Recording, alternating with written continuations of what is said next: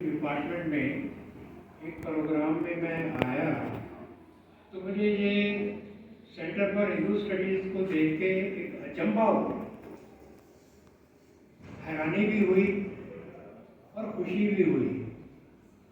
हैरानी इसलिए हुई कि पिछले 200 साल से हमारी शिक्षा नीति में अगर किसी को कोई मार्जिनलाइज किया गया है तो वो हिंदू सभ्यता, हिंदू स्टडीज है।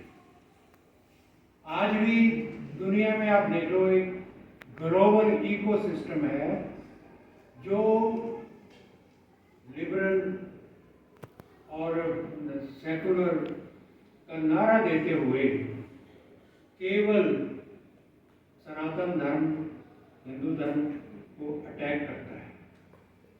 हालांकि सच्चाई ये है कि सारी दुनिया सनातन की ओर अपने आप आकर्षित हो रही है। इसका हमें किसी से प्रमाण पत्र लेने की आवश्यकता नहीं है। दुनिया के किसी भी कोने में देख लीजिए, रशिया में कई लोग आते हैं, वो अपने आप सनातन की ओर मुड़ते चले जाते हैं, उनको किसी ने कन्वर्ट नहीं किया।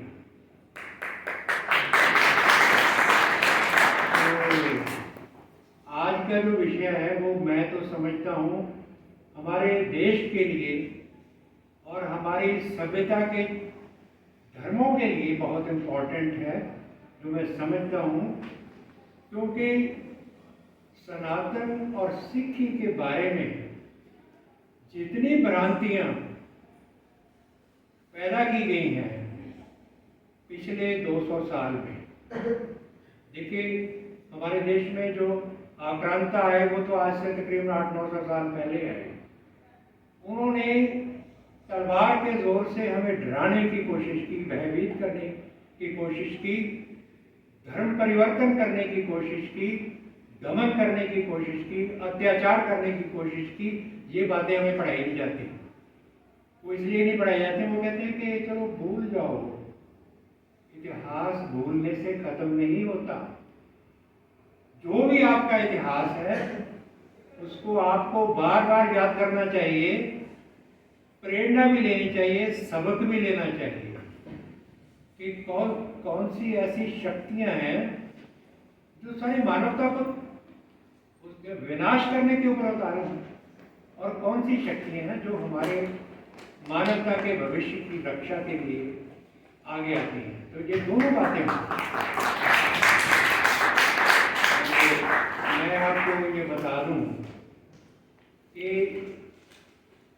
हमारे देश की जो शिक्षा नीति लॉर्ड मैकाले ने 200 साल पहले की, उसने बहुत सी खराबियां पैदा की हैं। उसमें एक खराबी पैदा हुई, उसने मैकालेज मिनट ऑन एजुकेशन, ये उनकी किताब है, मिनट ऑन एजुकेशन। तो वो क्या है, वो भारत की शिक्षा नीति का निर्माण करने के लिए उसने कुछ एक प्लान दिया, प्रोजेक्ट दिया। वो बहुत संक्षेप में था, ई इंग्लिश एजुकेशन एंड एम्प्लॉयमेंट। उसने कहा देश अगर हमारा नहीं है तो इस देश के लिए जो शिक्षा की नीति तो यही होनी चाहिए कि सेंटर में इंग्लिश को रखा जाए, और उस सेंटर की इंग्लिश को एक तरफ तो रोजगार से जोड़ा जाए, दूसरे शिक्षा की प्राप्ति के लिए शिक्षा और रोजगार की भाषा बना दी है।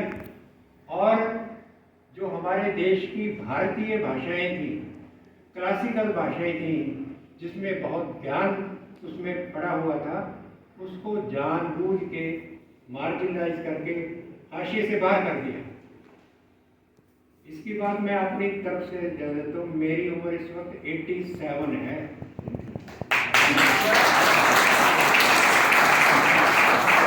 मैं कॉलोनियल दौर में पैदा हुआ और 10 साल कॉलोनियल शिक्षा मैंने ग्रहण की। पंजाब में होते हुए मुझे उर्दू के जरिए पढ़ाया जाता था, क्योंकि अंग्रेज पहले पंजाब में तो 100 साल बाद आए हैं। बाकी देश में 200 साल तक रहे हैं, पंजाब में पंजाबियों ने उनको रोके रखा 100 साल तक। महाराजा रणजीत सिंह ने सतलुज के पार नहीं आने दिया,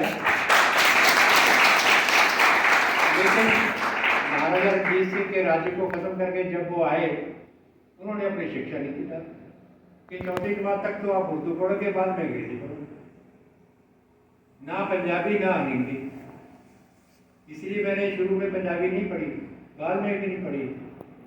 तो बाद में जब अपने आप में अध्ययन किया, मैं ये बातें इसलिए आपसे करना चाहता हूँ। एक बात मैं पहले जो करना चाहता था मैं भूल गया, अभी